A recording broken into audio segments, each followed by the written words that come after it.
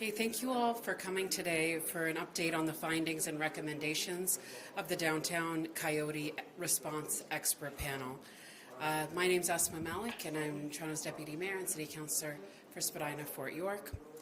The City brought this panel together following the unprecedented number of incidents with coyotes in our downtown communities of Liberty Village and Fort York as a result of habitat loss and as a result of the coyotes' increasingly aggressive behavior. I've spoken with many residents fearful of their safety and the safety of their pets and share their heartbreak at the harm and tragic loss of pets as a result of coyote incidents. My office with city staff have been in communication with community members, the Coyote Safety Coalition, on a weekly basis to continue to address and take action on this issue.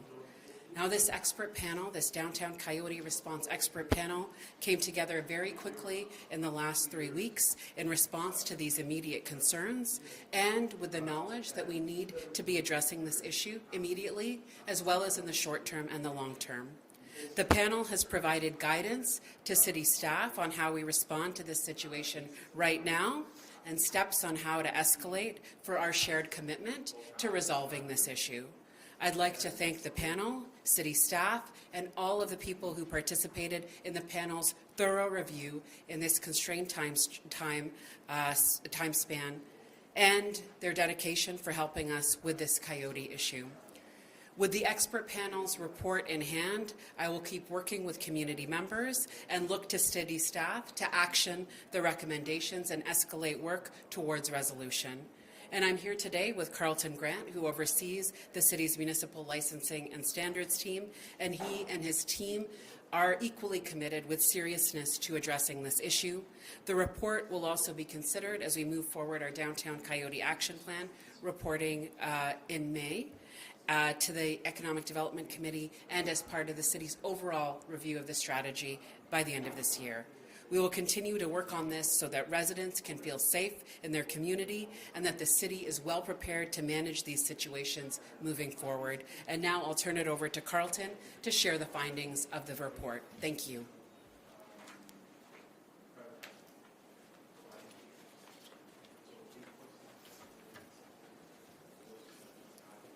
Thank you. The Wildlife Expert Panel's immediate responses, or recommendations, are to procure a specialized team to assess the target coyotes, apply adapted diversion techniques on them, monitor results, and report back to city staff on successes. Continue with aversion techniques that utilize bodies, voices, and handheld objects as objects to projectiles, bullets, or dogs, all of which will make coyotes overly reactive. Remove human food sources by enforcing no dumping and no wildlife feeding, repair fences and improve lighting and sight lines, and increase community education for the public about how dumping wildlife, feeding, and dogs off-leash impact coyote activity. We take this very seriously. We've committed a number of resources to this. We've brought in the expert panel in a very timely fashion. The report was produced in very quickly. We increased the scope of it as we had more questions, and they continue to deliver, and we continue to work with them. Our commitment now is to put these next steps in place, and we will be looking to do them immediately. So that is what we're prepared to do. The expert panel was made up of 7 experts in biology, wildlife from across Canada, and their overall their analysis and evaluation of the work that we have done to date aligns with best practices amongst municipalities in North America. We have done the right things, and we will continue to do the right things as we deal with this very complex problem. I'll open it up to questions for the Deputy Mayor and myself. How is this different from what we've been doing all this time? What we've been doing this time is with animal services staff, and we've brought in staff from our parks and open space. We've been out there a lot. We've been doing education. We've been doing aversion techniques, so we have been doing it. This is going one step further, and it's getting a professional company that does this work. It's their expertise, and we need to utilize that expertise because we are going the next level, and they're closely watching what the coyotes are doing. It will be monitored, and we will use this information to help us make decisions and guide our next steps. So currently it's patrol officers, it's bylaw officers that are doing the patrols.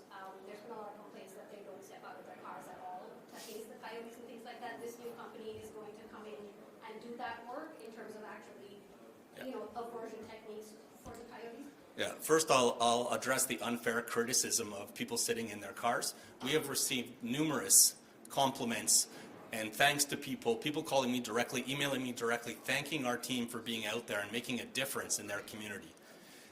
This is additional work. This is an additional step. So we are going that extra step that the bylaw officers and animal care and control officers will continue to do. All of this that happens concurrently. We will be working on repairing fencing, looking at lighting levels, looking at signage with our partners with the rail corridor, with Parks and Forestry and Recreation, and then public health with a lot of the restaurants and making sure that garbages are sealed.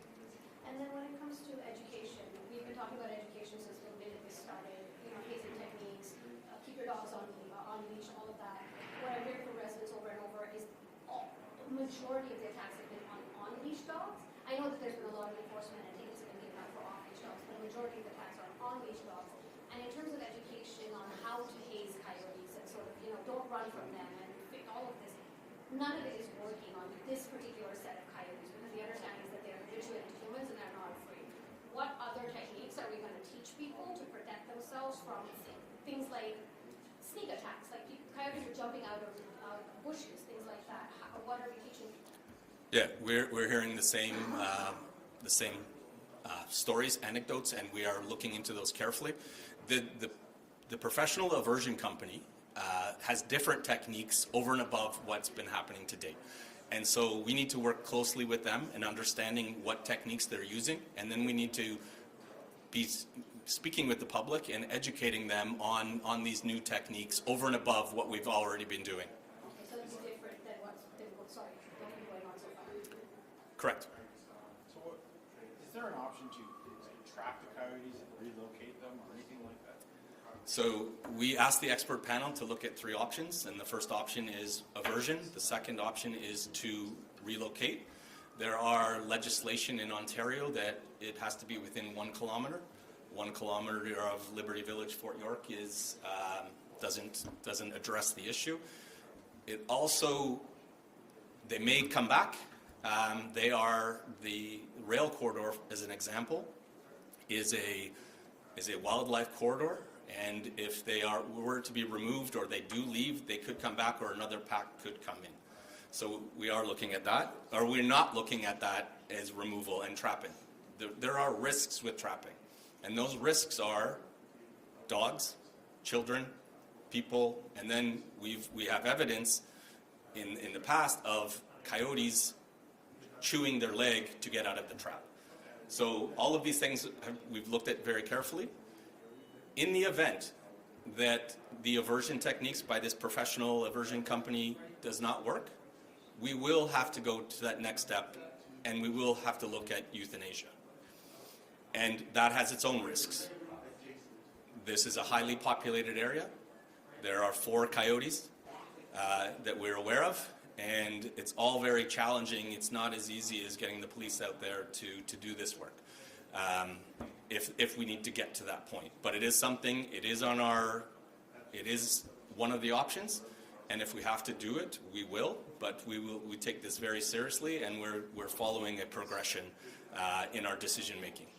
What's the timeline then in terms of how long we're going to wait for this aversion, this new company? Like, we're going to see how long, how much time it's going to take for these techniques to work. Is there a timeline? Like, we're giving it till summer, and then we're going to euthanize them. So this is wildlife. It is very complex. It is very challenging to put a timeline on it. What I can commit to you is that we will be looking at data daily, weekly, and if things continue in a certain escalation, we will make the decision we need to make. I can't say We'll get back to you in 2 weeks, and then we're going to make the decision. We are looking at this daily. Information is really important, that the community is reporting information through the 311, and that our staff have information, and that the aversion company also has information that we will use to guide our decision making. What else can you tell us about this aversion company? It was news to me yesterday that they existed. Because when this whole thing started, I went to our procurement department and I asked for, do we have anyone on our list of vendors that do this type of work? Our procurement colleagues told me they didn't. They reached out to vendors of record for the province that we could utilize as well, and they didn't have vendors of record. However, the 7 members of the expert panel have worked with these companies before and will be providing us with a list of companies for us to choose someone who's available immediately and has the resources and numbers to do what's required. So an aversion company hasn't been selected. It hasn't been selected. We got the advice yesterday. We are now waiting for that list, and once we get that list, I will act very quickly to procure and to get them out into the field. And in the meantime, we're seeing attacks every day. There's actually, residents have gone to great lengths to protect themselves. There's a real-time alerts group. There's all of this kind of stuff. What are they to do in the meantime while they're waiting? Because what we're hearing now is people are taking matters into their own hands. Somebody went and attacked a coyote with a rock, as far as I understand. Somebody literally called me this morning and said they ran after it because 3 coyotes were attacking an on-leash German Shepherd. What do we do to sort of contain this, or people are going to go vigilante essentially at this point? Yeah, and that is not a good thing. That is part of the reason we are in this situation today, where there were coyote dens that were paved over with concrete. They displaced them. So I understand, and I'm sympathetic to the fear that our residents have. We fully understand that. We want them. This is a key part of the education, is to do the right thing. You have to protect yourself. I wouldn't encourage people to use rocks, but if people have to protect themselves and their pets, and then they need to do what they need to do. But it's really important that everyone works together on this, and we need to get out there, and we need to be educating people on what works and what doesn't, and how we can deal with this problem collectively. How would you recommend somebody protect themselves if they're in a situation where there's a pack of coyotes attacking their So make yourself big, be loud, and be assertive. That is what the experts have told me, and that's what our teams do. They have seen success in diverting or averting coyotes from certain areas. So we need to be diligent, all of us, on this, because it is a health and safety matter that we take very seriously. Another thing we're hearing is a couple of residents called police when this happened. And police literally told them, if you are in the middle of an attack, if this is happening and it's continuing and it's long enough and you call 911, the police will come and take out the coyote. Is that true? Is that something that residents can do? I can't speak for the police, but I have had discussions with them. If there is imminent danger, the police will take the appropriate action that they are trained to do. Where were those dens that were paved over? I don't have the specific of that, but obviously it's in this area. But it's a fairly large area, so it's likely somewhere along the rail corridor. But this isn't about blame.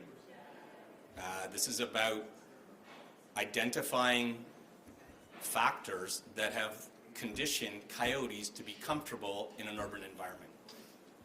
You had mentioned that this doesn't work. Euthanasia is the only real other option. How does that process work? You mentioned because it's a highly populated area that it's tricky. What are we looking at if that is the ultimate? Right, and that's why I can't put a timeline on things. To plan and to execute or to implement that strategy, if we go that, is going to take time. How do we ensure the safety of people? We can't be firing weapons in a dense neighborhood. we don't want to have to close parks. We don't, we can't close the rail corridor. It is a very big, complex challenge that we need to look at and look at very carefully. I can't give a step-by-step into how this would be done, but we will if we have to, because this has been done in other municipalities. It has been done in our own city, where the police have had to use firearm to euthanize a coyote. Excuse me, one more question? Anyone? Can I go? Why are we waiting so long? We've had people from other parts of the country say, in other parts of the country, this is not an issue. Coyotes are not an endangered species. If they are an imminent danger to humans and their pets, we've had 4 dogs lost. They take them out. Why are we waiting? We are waiting because what we are doing is very complex, and it comes with risks. We are evaluating those risks very carefully. We brought in the expert panel, and I will reiterate one more time. The expert panel's findings were that the work that we have done to date and how we've approached this is a best practice. It aligns with best practices of other North American cities. I understand in British Columbia is the example that I'm aware of where they deal with it quicker. It's wildlife is significantly different in that part of the country. Hunting is different in that part of the country. So that would be my response to that. Thanks, everyone.